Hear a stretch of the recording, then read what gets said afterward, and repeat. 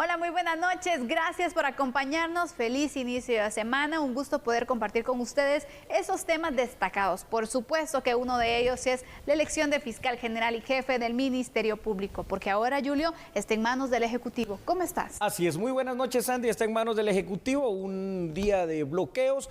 Última semana del mes de abril, las lluvias ya empezaron y también hablaremos de eso, de bloqueos y sus repercusiones y por supuesto pues vamos a ver alguna otra cuestión como el volver o no a la normalidad.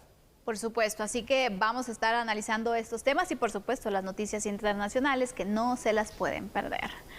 Buenas noches, Andrés. ¿Qué tal? Feliz noche, Sandy y Julio. Bueno, desde hace varias semanas que Rusia dijo que se iba a enfocar en el este, una nueva fase de la guerra, pero hasta el momento no se ha visto una incursión militar en el este de Ucrania como se había planeado. También vamos a hablar sobre El Salvador, que extiende por otros 30 días el estado de excepción en esta lucha contra las pandillas que tienen. Bueno, en Francia tenemos resultados y la reelección de Macron.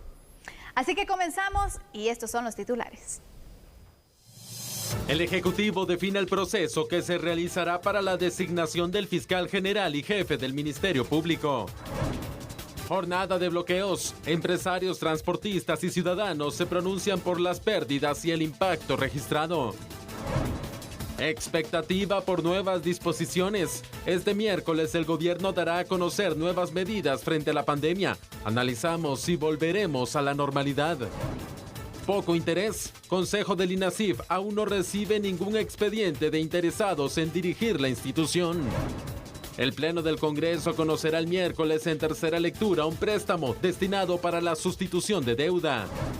Avanza el juicio por el caso La Línea. Perito del Ministerio Público presentó informe sobre llamadas intervenidas.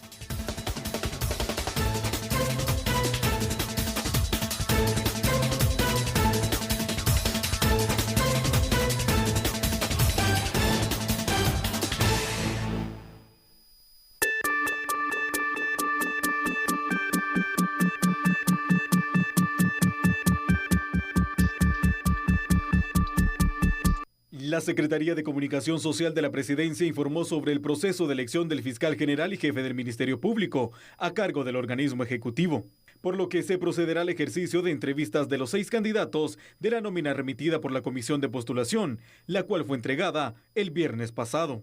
El señor presidente de la República, el doctor Alejandro Yamatei, realizará una evaluación holística e integral que considera los aspectos profesionales, meritocráticos y académicos propios de la persona que ocupará el cargo de fiscal general y jefe del Ministerio Público. En un ejercicio pleno de transparencia, pilar fundamental de la política general de gobierno, el señor presidente ha decidido realizar una serie de entrevistas a cada uno de los 6 aspirantes. A decir del secretario de la Presidencia, este será el orden y las fechas en que se realizarán las entrevistas. El día de mañana se estaría realizando a Henry Elías Wilson, también a Darling Apolonia, luego el día miércoles a María Consuelo Porras, luego al candidato Néctor de León, el día jueves a el candidato Gabriel García y Jorge Luis Donado Vivar. Las entrevistas serán transmitidas al público desde los canales oficiales del Gobierno de la República. Bueno, la fase final de elección de fiscal general ha llegado, Sandy y televidentes. Y una de las cuestiones importantes acá es que va a haber entrevista, ¿no? Porque podía no haberla, pero lo mejor de que haya entrevista no es solo de que se dé esa entrevista entre el presidente y los candidatos. Lo mejor es que va a ser pública, que va a poder ser transmitida seguramente a través del canal de gobierno. Y esto es bueno, ¿no? Para poder dar un seguimiento a lo que va a pasar. Pues ahora esperemos que simple y sencillamente dentro de estos 6 profesionales que están allí en ese listado final, se escoja a la persona más idónea para poder dirigir durante 4 años el camino y los vericuetos que tendrá que seguir el Ministerio Público. Así es, Julio. La verdad es de que va a ser interesante que estas entrevistas se puedan seguir en esa transmisión que se vaya a tener. en aras de la transparencia también, para poder determinar entonces, bueno, cómo estuvo el desarrollo y el desempeño de los aspirantes en la fase de entrevistas, porque va a ser muy importante también, como que fuera un proceso de selección de personal, donde te realizan pues esa entrevista, solo que en este punto se trata de conocer un poco de los planes de trabajo que se puedan tener para implementar en el Ministerio Público, una institución que recordemos es importante, pues es la encargada de la investigación criminal, lleva la política criminal de nuestro país también, y sobre todo también porque ha ido marcando avance en cuanto a su cobertura, que ha ido ampliando y llegado a todos los municipios, y que pues ahora va a ser importante ver el mantenimiento y fortalecimiento también que se le vaya dando a esta institución, porque hay mucho que hacer todavía. El tema de investigación tiene sus propios retos y pues de todo esto se estará consultando a los 6 aspirantes a fiscal general. Definitivamente que sí, Sandy. Hacer cumplir las leyes de Guatemala, una de las funciones particularmente fundamentales de la institución fiscal. Y cuando se daban estos procesos, normalmente si habían entrevistas como en la ocasión anterior, estas entrevistas eran privadas, ¿no? Y uno no sabía qué es lo que podía pasar allí. Ahora, por cualquier suspicacia, la entrevista será pública. Sea como sea, al final de cuentas, lo importante va a ser que haya una designación, que haya un seguimiento ciudadano de estas situaciones y que durante los próximos 4 años, pues de verdad el Ministerio Público vaya encontrando lo que creo que al final de cuentas, no, a unos les gustará, a otros no, pues se encontró con la actual fiscal general, es decir, se dio esa cobertura a nivel nacional en los 340 municipios y así deben de crecer todas las instituciones del Estado. Ahora, por supuesto que hace falta algo.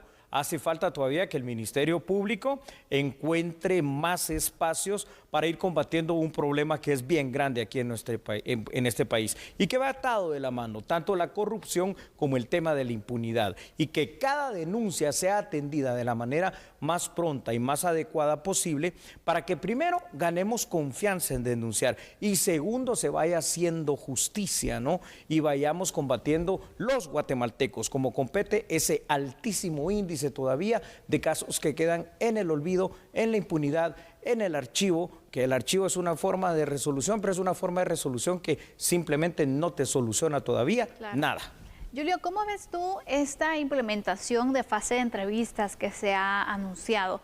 Porque sabemos que anteriormente también en los procesos no siempre se ha dado esta situación, es decir, llega el listado al presidente que está en funciones, exactamente, y ya se toma la decisión, es decir, solo conocemos cuando se hace el anuncio de quién es el próximo fiscal general y jefe del Ministerio Público, pero ahora esta implementación, ¿cómo la ves tú?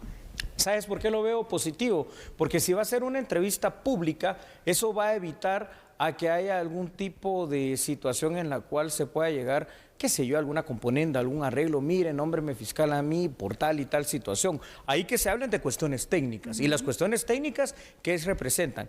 Hablar de qué es lo que va a hacer para mejorar la institución fiscal, hablar de cuál es su plan de trabajo, hablar en ese tiempo de cuáles son los proyectos, programas, líneas de acción, cómo los va a implementar y de qué manera también, porque esto es algo muy importante, el poder mantener al Ministerio Público como una institución, como lo es, ¿no? Independiente. Por eso es que decimos que este sistema, veo bien la entrevista, ¿no? Para ser claro contigo, pero el sistema de comisiones de postulación es un sistema obtuso y anacrónico. ¿Por qué? Porque todavía le deja a un funcionario público, en este caso el presidente de la República, lo dice la misma Constitución y la ley del MP, para que designe. La designación tendrá que venir por otra forma.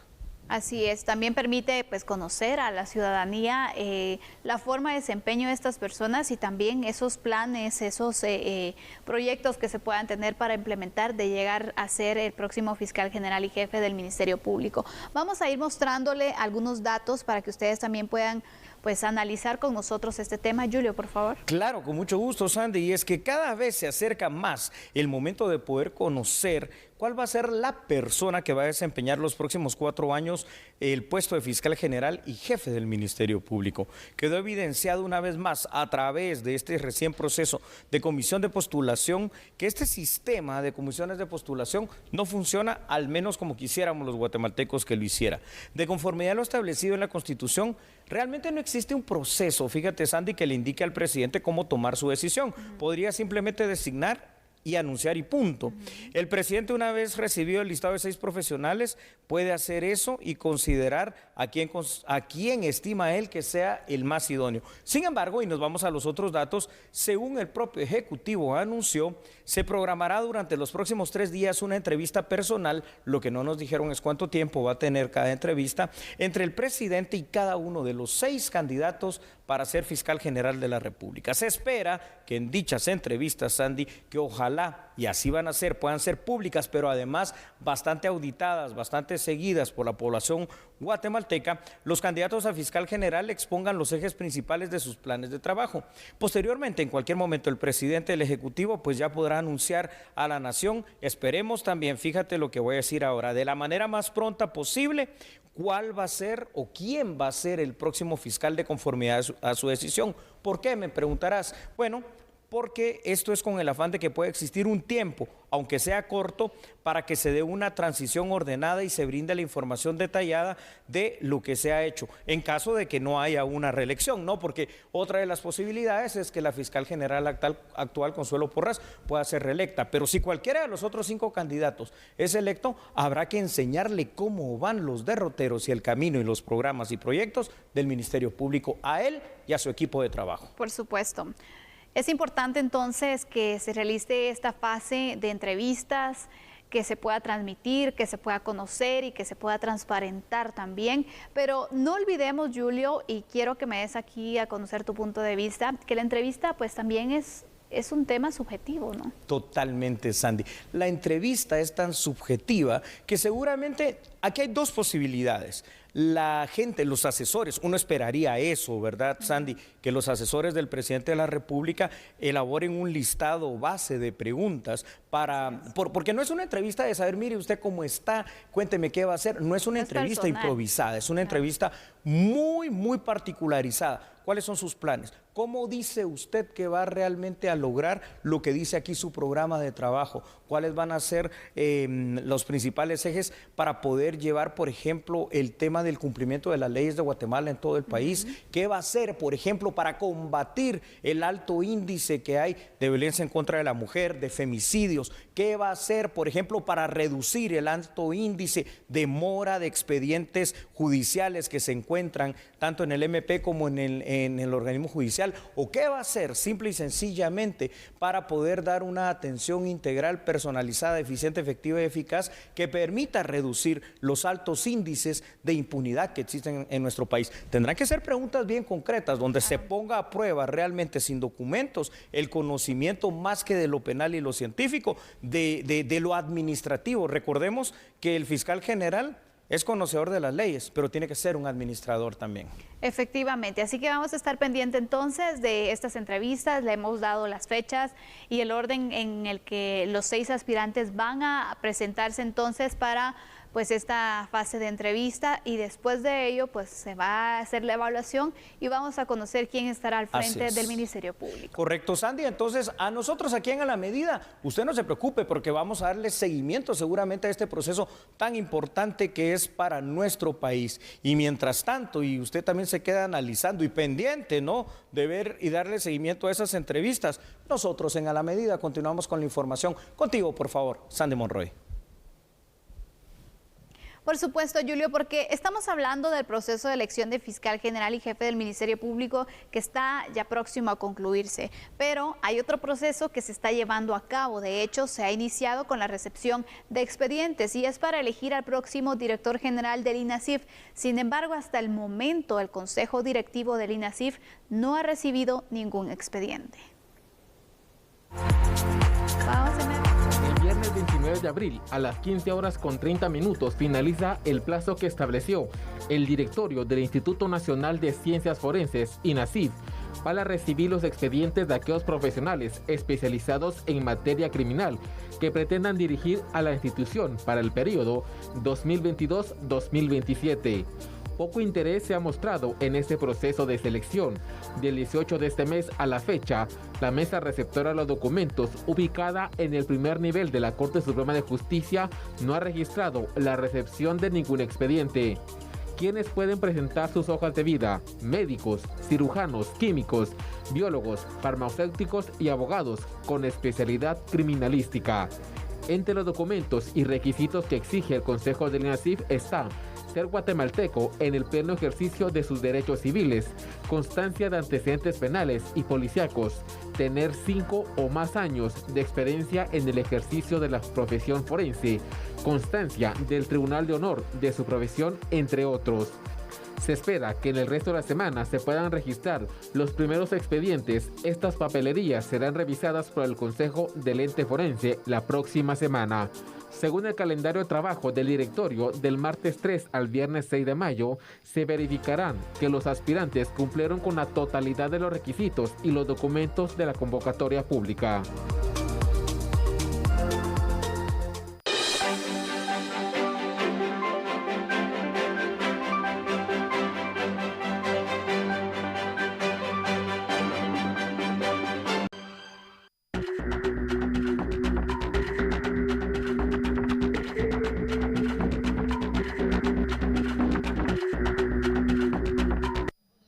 Se reportó que 15.000 unidades de transporte extraurbano no pudieron operar con normalidad, significando una pérdida de 3 millones de quetzales. Bloqueados hay cerca de 15.000 unidades a nivel nacional. Las pérdidas, dependiendo del tiempo que el bloqueo continúe, puede alcanzar cerca de los 3 millones y medio de quetzales el día de hoy de pérdida para todos los transportistas. El problema mayúsculo, no solo para el transporte en general, sino que todas las personas que van hacia su trabajo, que tienen que hacer emprendimientos, que van a hacer sus diferentes actividades a lo largo del día, pues se ven frustrados de poderlo realizar. Al respecto, la cúpula empresarial emitió su postura por este tipo de medidas. Las pérdidas que se generan por los bloqueos carreteros en Guatemala son millonarias, pero más afectan a los pequeños, medianos comerciantes y agricultores cuyo producto se estropea. Las grandes empresas tienen mecanismos de transporte que son refrigerados, mucha mejor capacidad logística que los pequeños y medianos comerciantes y agricultores guatemaltecos, que es a quienes más afectan estos bloqueos carreteros. Parte de lo que pedimos en el comunicado que fue publicado esta mañana es que las autoridades investiguen no solo a las personas que están en tierra en el momento de los bloqueos, sino a las organizaciones que convocan, mueven logística y financian las operaciones del bloqueo. Estas acciones son acciones que son criminales en contra de las libertades de los guatemaltecos.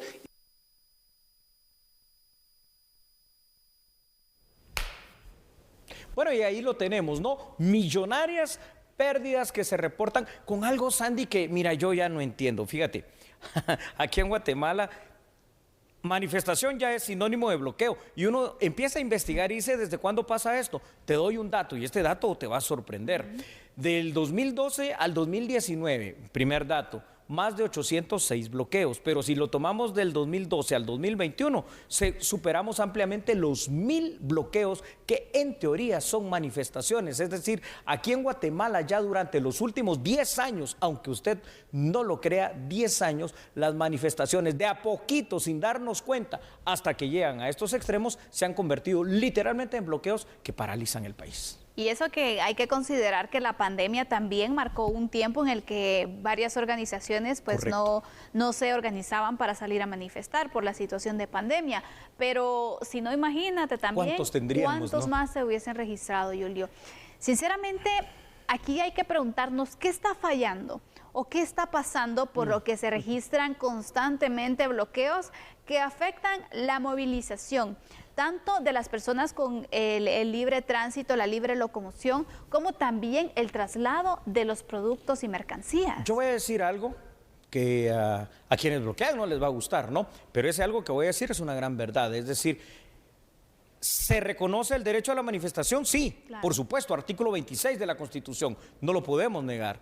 Pero el derecho a manifestar no significa el derecho a manifestar y bloquearle otro tipo de derechos. No. El derecho a la libre locomoción, el derecho a la educación, el derecho a la salud, el derecho a tantas cosas al resto de guatemaltecos, el derecho a la industria, es decir, a que se produzca dinero en este país. Entonces, fíjate cómo es esto. Si fuese otro país, por ejemplo, más tarde cuando Andrés Estrada hable de Francia y los resultados que dan nuevamente electo al presidente, o reelecto, mejor dicho, al presidente Macron, en Francia, cuando han habido este tipo de situaciones, allá esto se dialoga un momento y si en el diálogo esto no funciona, pues se utiliza la fuerza policial para reprimir esa manifestación en el sentido bueno. Reprimirlo me refiero dispersarla como debe ser con mecanismos no letales. Aquí en Guatemala no sé por qué llegamos a esperar tanto y por qué no se puede hacer eso y liberar, porque son pocas personas en cada punto. El diálogo está, pero pasan 3, 4, 5, 6 horas, la economía se cae y la gente mientras tanto esperando.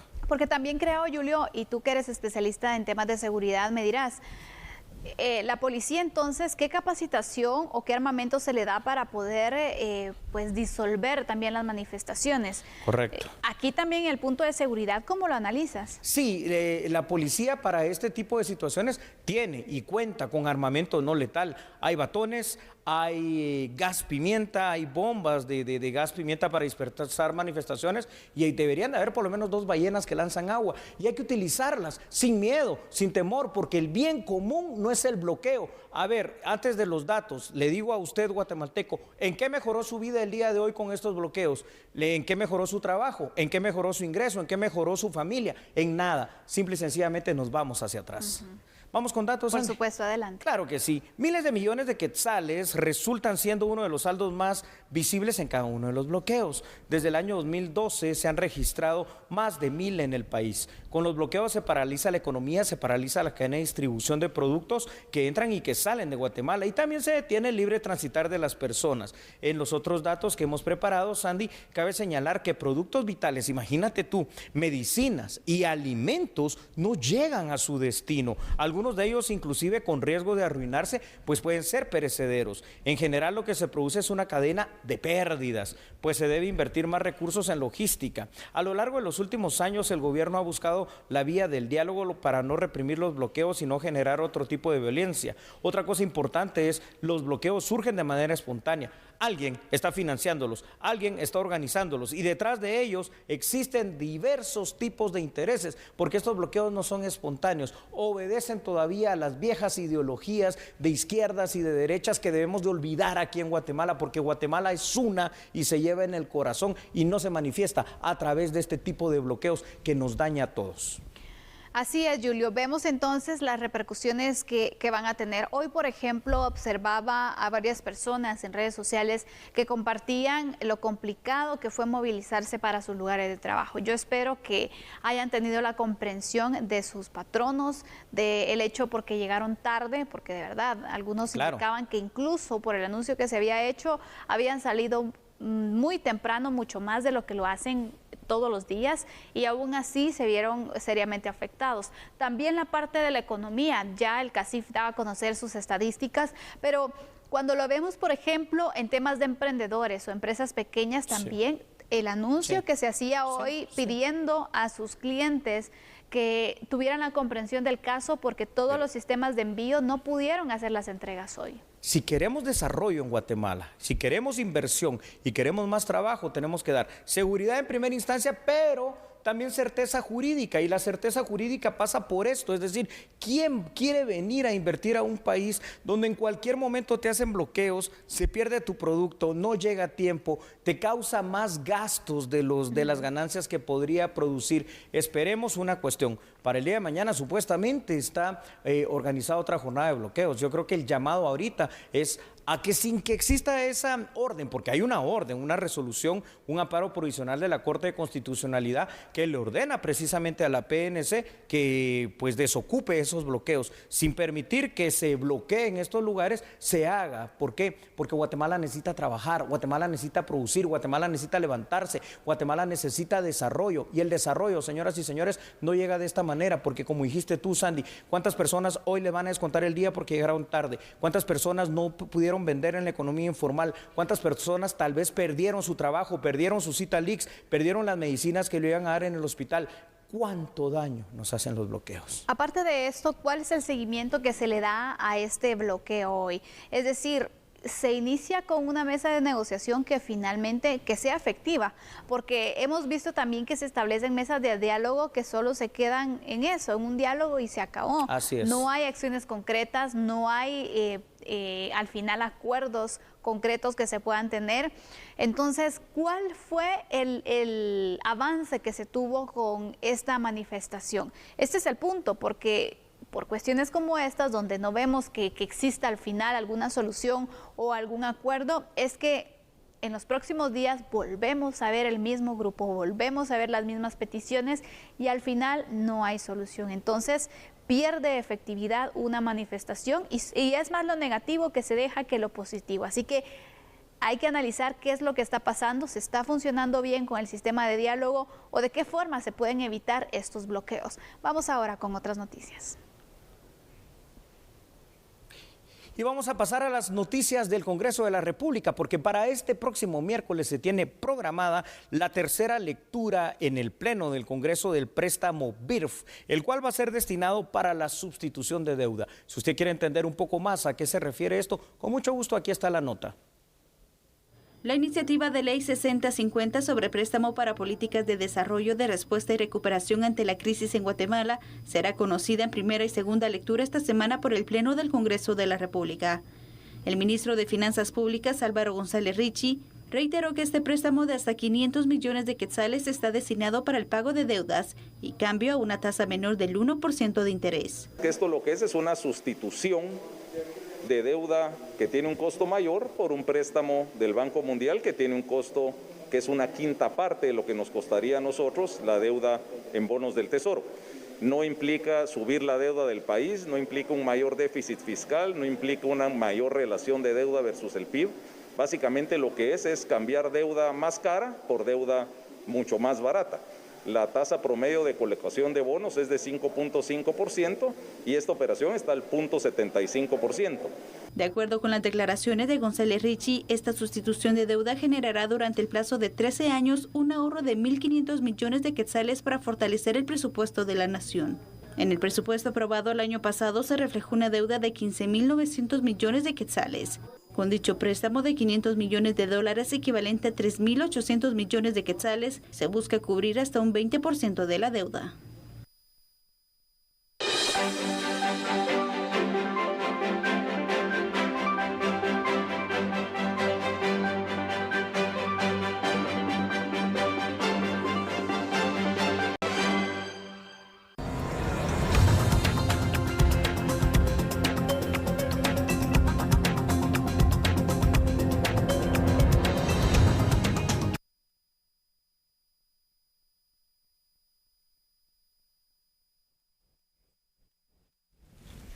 Bueno, todo parece indicar que volveremos a la normalidad, ¿verdad? Y que dentro de 2 días, Sandy, el uso, por ejemplo, de la mascarilla va a pasar a ser algo opcional. Pero eso no significa que usted, si definitivamente quiere seguirla usando, pues ya no deba de hacerlo. Va a ser solo una opción. Y este relajamiento de medidas ya lo empezábamos a ver cuando se distendió y volvió a la normalidad también el horario de la ley seca, ¿no? A partir de la 1 de la mañana. Y ¿sabes cuál es la medida que yo tanto espero? Ay, que tal vez algunos tanto temen. El hecho de que los niños, los jóvenes y los adultos, sobre todo los universitarios, pues regresen ya a clases que tanta falta hace. Así es, Julio. Es que eso es parte de esa nueva normalidad, ¿no? De regresar en la mayor situación posible a lo que estábamos viviendo antes de la pandemia. Pero aquí también es un experimento, te diría, sí, para ver cómo es que funciona, porque lo hemos analizado, de hecho, cómo en algunos países que han eliminado el uso obligatorio de la mascarilla han tenido pues un buen manejo de la pandemia y en otros se han disparado los casos. Es correcto. Porque recordemos, hay que ir manteniendo pues también ciertas medidas, especialmente de higiene, ¿no? Que va a ser importante también. Y recordemos, va a ser opcional. Si usted quiere seguir utilizando la mascarilla, lo puede hacer. Si no quiere, pues también es su decisión. Aquí el punto es que ya es como ha sido desde hace mucho tiempo, responsabilidad de cada uno. Quien. Puedo hacer una predicción así medio chapina, ¿no? Sin ser nada de esos, de que puede conocer el futuro aquí, simplemente porque son fenómenos sociales y los fenómenos sociales se estudian y se miden. Cuando aquí en Guatemala te dicen no haga algo, lo terminas haciendo. Y cuando te dicen tiene que hacer algo obligatorio, como por ejemplo utilizar la mascarilla, que todavía es algo obligatorio, en muchos lugares, no de ahora, de hace muchos meses ya atrás, hemos visto cómo este artilugio ha dejado de utilizarse. Ahora, ¿qué es lo que preveo que vaya a pasar? Ahora, cuando el miércoles se nos diga que la mascarilla ya no va a ser obligatoria, va a entrar la conciencia de muchos y van a decir, bueno, me están diciendo que no. Ah, bueno, me dicen que no, entonces ahora sí me la voy a poner. Bueno, qué bueno, no, si va a funcionar de esa manera. Claro. Yo lo mismo esperaría que funcionase, pero esto no se les va a decir no se vacunen con el tema de las vacunas. Ojo, y les voy a hablar a muchos de los 340 alcaldes y corporaciones municipales. Poco, muy poco lo que ustedes han hecho, no estoy hablando de todos, estoy hablando de la mayoría, para poder llevar la vacunación a los habitantes de sus municipios, aldeas, caseríos y cantones. Hombre, ahora más que nunca, pues deberían de hacer algo y coordinar con el Ministerio de Salud.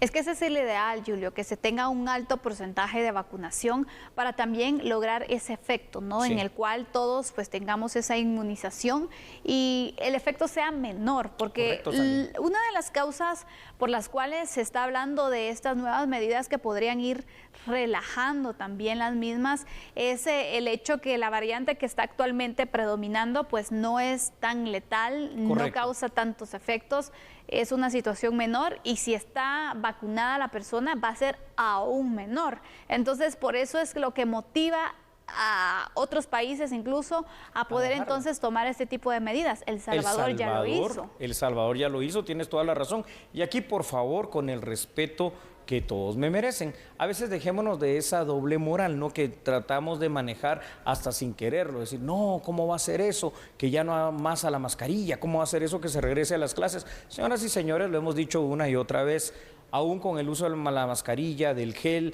del distanciamiento social, hemos visto cómo, por ejemplo, en Navidad, en Semana Santa, lo veremos el Día de la Madre y lo seguiremos viendo de aquí en más, niños, jóvenes, adultos, ancianos, están en todas partes, están en los supermercados, están en los restaurantes, están compartiendo en la calle, están compartiendo en la playa, en los centros turísticos, en todas partes. Entonces, esto nos deja ver una cuestión, ya es momento de que Guatemala regrese lo más que se pueda a esa normalidad que conocíamos hasta el año 2020, ¿no? Cuando en marzo entró aquí precisamente el COVID-19 y hubo tal restricción. ¿Por qué? Esta es la única manera de ir también no solo avanzando en lo económico y como país, sino que la única manera también de ir combatiendo a través de las propias defensas del ser humano una enfermedad que vino para quedarse, como siempre lo hemos dicho, y que pasará a ser como una influenza, es decir, una enfermedad para la cual usted tendrá que vacunarse año con año si se quiere proteger, pero que tampoco va a ser letal como ya lo están demostrando, y bien tú lo dijiste, estas últimas variantes de lo que conocemos Omicron como Omicron A y Omicron B. Hay algunas medidas, se hablaba un poco del tema de la vacunación, de nuevas medidas y ha surgido duda, bueno, ¿va a haber alguna vinculación con el hecho, bueno, si yo estoy vacunado voy a tener más libertades? O cómo también hacer conciencia en las personas en que se tienen que vacunar, si bien no es obligatorio, pero ¿de qué forma se puede incentivar a que se vacunen, Julio? Yo creo que una de las mejores formas ahora ya de poder incentivar el tema de la vacuna es empezar a anunciar hasta qué mes, hasta qué fecha va a ser la vacuna gratuita, ¿no? Porque por el momento la vacuna ha sido gratuita aquí en Guatemala. Ahora ya entonces que pase como ha pasado, bueno, y Macron lo ha dicho y lo ha hecho, bueno, si quieren exámenes de pruebas de antígeno o PCR, páguelos, señor, ¿verdad? Porque ya se los dimos. Entonces, tal vez así la gente empieza a apurarse un poquito más cuando vea que esto va a desaparecer y será absoluta responsabilidad personal. Por supuesto. Vamos a ir ampliando con datos, ¿les parece? Vamos a observar entonces algunas informaciones en pantalla. Julio, por favor. Sí, claro, Sandri. Evidentemente, dentro de 2 días el mensaje presidencial no tiene nada ya que sea oculto, ¿no? Va a estar relacionado a un relajamiento de medidas. Probablemente ya no vaya a ser obligatoria la utilización de mascarilla, pero si eso pasare, queda a la discreción para que usted la pueda seguir usando si así lo considera pertinente. Asimismo, se espera que otra de las medidas que se tomen es que el próximo mes de mayo, es decir, ya la próxima semana, Sandy, las clases presenciales regresen, lo cual a todas luces es una medida necesaria, no solo en Guatemala, en todos los países. En el tema de relajamiento de medidas de bioseguridad también quedará la discrecionalidad de cada guatemalteco para poder vacunarse y protegerse a él y su familia. Vamos a otros datos, porque en otras palabras, se puede afirmar en este momento que veremos una vuelta a la cuasi normalidad que se conocía hasta antes del COVID-19. La primera medida que dio señales de que este regreso a la normalidad empezaba fue el dejar atrás la ley seca. Es el momento, Sandy, de pensar en que la responsabilidad personal, hoy más que nunca, sobre todo en el tema de vacunación, será fundamental para cuidarnos del COVID-19. Pero al hacer el análisis del número de personas vacunadas, por ejemplo, vemos que existe mucha falta de voluntad personal para hacerlo y también mucha falta de compromiso de las autoridades locales para poder incentivarlo y motivarlo. Así es.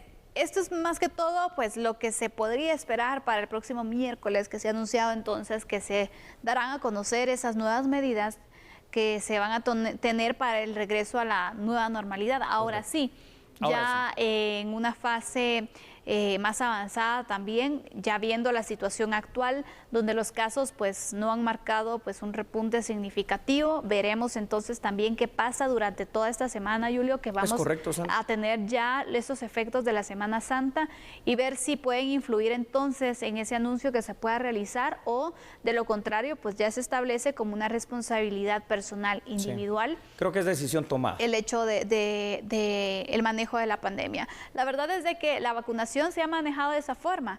Cada quien ha tomado la responsabilidad de vacunarse o no. Entonces ahora también el cuidado, no podemos decir es que nos están exponiendo. Recuerden, aquí el punto es hasta qué tanto se quiere exponer usted y hasta qué tanto se va a cuidar.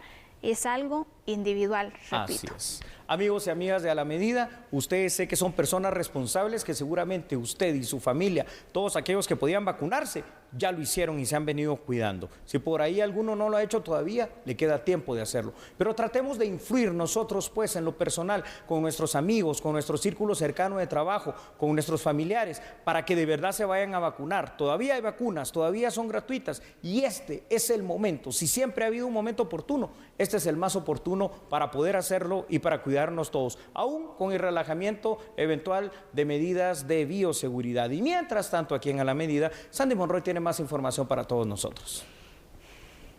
Así es, Julio, vamos ahora a trasladarnos a las noticias judiciales. Conoceremos información sobre el caso por defraudación aduanera denominado La Línea, donde hoy las juezas que están conociendo este caso escucharon a otro perito para poder de esta forma tener el análisis de las escuchas telefónicas en esta investigación. El pasado 16 de abril de este 2022 se cumplió 7 años que el Ministerio Público dio a conocer el caso por defraudación aduanera La Línea.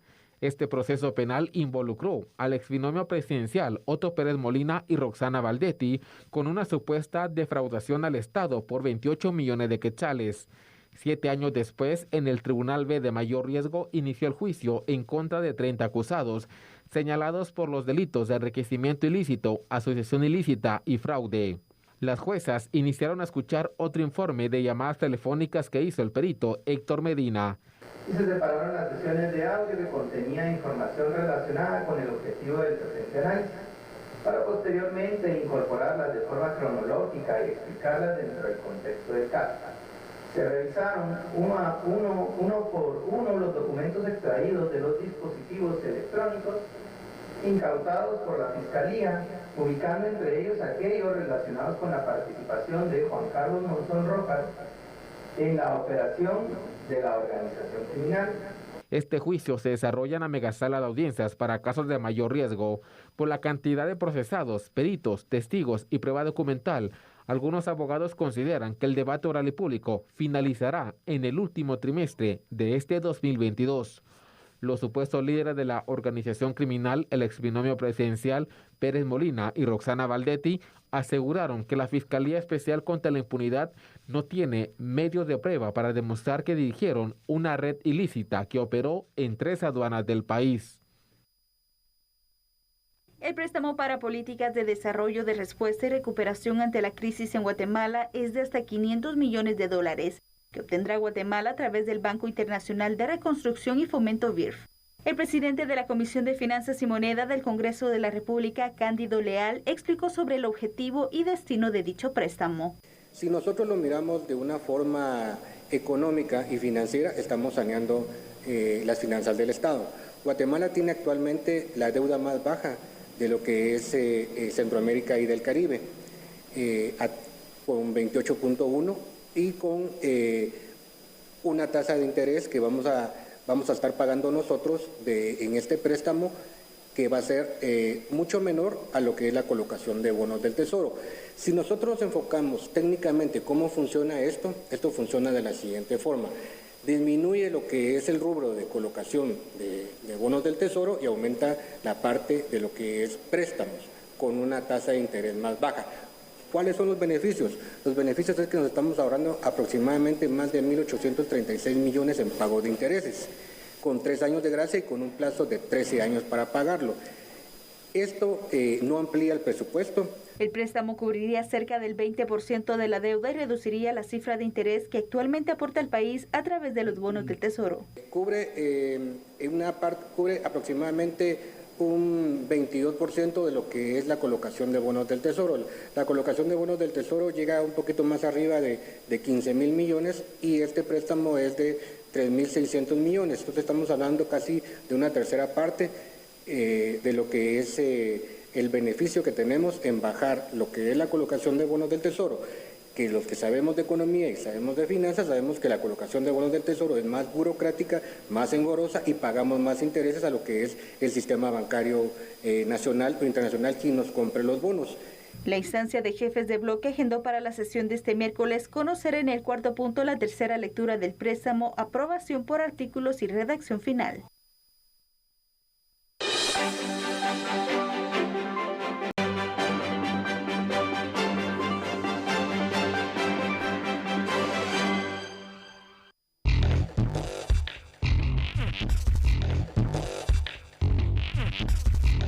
Momento de las noticias internacionales acá en A la Medida. Hablamos sobre la guerra en Ucrania que continúa tras varias semanas y bueno, durante la jornada se registraron varios ataques por parte de Rusia, una serie de ataques en contra de instalaciones ferroviarias y depósitos de combustible en el interior de Ucrania, según expertos, en un intento por frustrar el envío de suministros a las fuerzas ucranianas. Según Rusia, sus tropas destruyeron una refinería en Kremenchuk, en el centro de Ucrania, y depósitos de combustible en la zona. En total, Rusia afirma que los aviones de combate inhabilitaron 56 objetivos ucranianos. Expertos creen que los ataques más recientes contra depósitos de combustible forman parte de una estrategia para diezmar los recursos de guerra de Ucrania. Sin embargo, los ataques contra la red ferroviaria parecen ser parte de una nueva táctica en la guerra. Además, se reportaron incendios en 2 instalaciones petroleras, pero en Rusia, en el oeste de Rusia, a poca distancia de la frontera ucraniana, y no existen muchos datos sobre qué realmente significan estos ataques. Mientras tanto, el domingo, altos diplomáticos estadounidenses visitaron Kiev, la capital de Ucrania, en un viaje envuelto de misterio. Un viaje del secretario de Estado Antony Blinken y el secretario de Defensa Lloyd Austin. Tras la visita, Blinken dijo hoy lunes que Rusia estaba fracasando en sus objetivos militares y que Ucrania estaba teniendo éxito.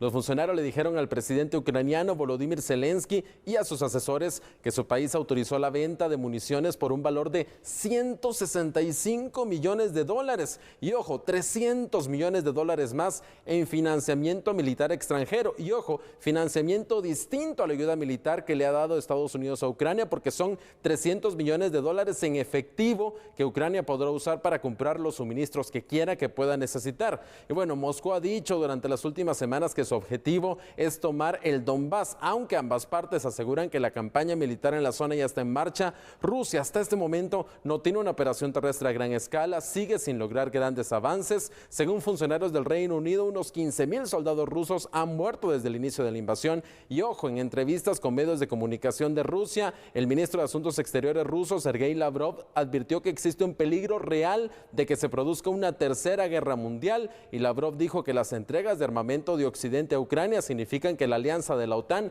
está en esencia en guerra contra Ucrania. Dramáticas declaraciones entonces del canciller ruso, pero hablemos lo que pasa en el país vecino, en El Salvador, porque fue prolongado por 30 días más el estado de excepción, una prórroga que se aprobó con el voto de 67 de los 84 diputados del Congreso. 4 diputados del FMLN votaron en contra, 3 diputados de Arena se abstuvieron y otros 9 congresistas de oposición ni llegaron a la sesión. El Gabinete de Seguridad del gobierno salvadoreño afirma que, aunque las medidas han tenido éxito y los homicidios han disminuido, ellos consideran que, y cito al Ministerio de Seguridad, la mayoría de los terroristas aún continúan en libertad. Las autoridades mantienen en emergencia las cárceles por orden de Bukele. Más de 20,000 pandilleros permanecen en sus celdas sin poder ver ni un rayo de sol. Les decomisaron las colchonetas para dormir y les racionaron la comida solo 2 días luego de este aumento de homicidios que se vio en los últimos días de marzo. Mientras tanto, en Francia, el gran ganador de las elecciones, Emmanuel Macron, obtuvo su reelección, el primer presidente reelecto en más de 20 años para un próximo mandato de 5 años. En su discurso, Macron reconoció que un numeroso grupo de personas votaron por él simplemente para evitar que Le Pen llegara a la presidencia. Macron prometió reunificar a un país lleno de divisiones luego de obtener el 58% de los votos. Le Pen obtuvo tan solo el 41%. La decisión de los franceses le ahorró a Francia y a Europa tener que enfrentar una presidencia de Marine Le Pen, la candidata de la extrema derecha, que rápidamente aceptó su derrota, pero tuvo un mensaje victorioso. Ella dijo que los resultados fueron una brillante victoria. Más personas votaron por ella esta vez que en las elecciones pasadas. Tener más del 40% de los votos es algo sin precedentes para la extrema derecha de Francia. Ahora, la clave para la victoria de Macron fueron los votos de izquierda, 7 millones de votantes de izquierda que no querían ni a Macron ni a Le Pen, pero ante la amenaza de que Le Pen fuera presidenta, bueno, decidieron salir a regañadientes a votar por Macron. Sandy Julio, las encuestas tenían razón, ganó Macron y ganó por bastante. Sí, una lógica, ¿no? De que los votos de la izquierda no permitieran que la extrema derecha, que sí representa a Le Pen, ganara. Y bueno, ahí tenemos a Macron durante 5 años más. Por supuesto, así es que esto es lo que está pasando en el mundo. Interesante la situación de Rusia, también genera miedo, te diría también Andrés y Julio, y por supuesto lo de El Salvador, ¿no? Donde Guatemala, ojo, tiene que mantenerse alerta también con sus fronteras para evitar que pandilleros puedan refugiarse en nuestro país. Así damos por finalizado este programa. Le agradecemos a usted su preferencia. Gracias. Chao.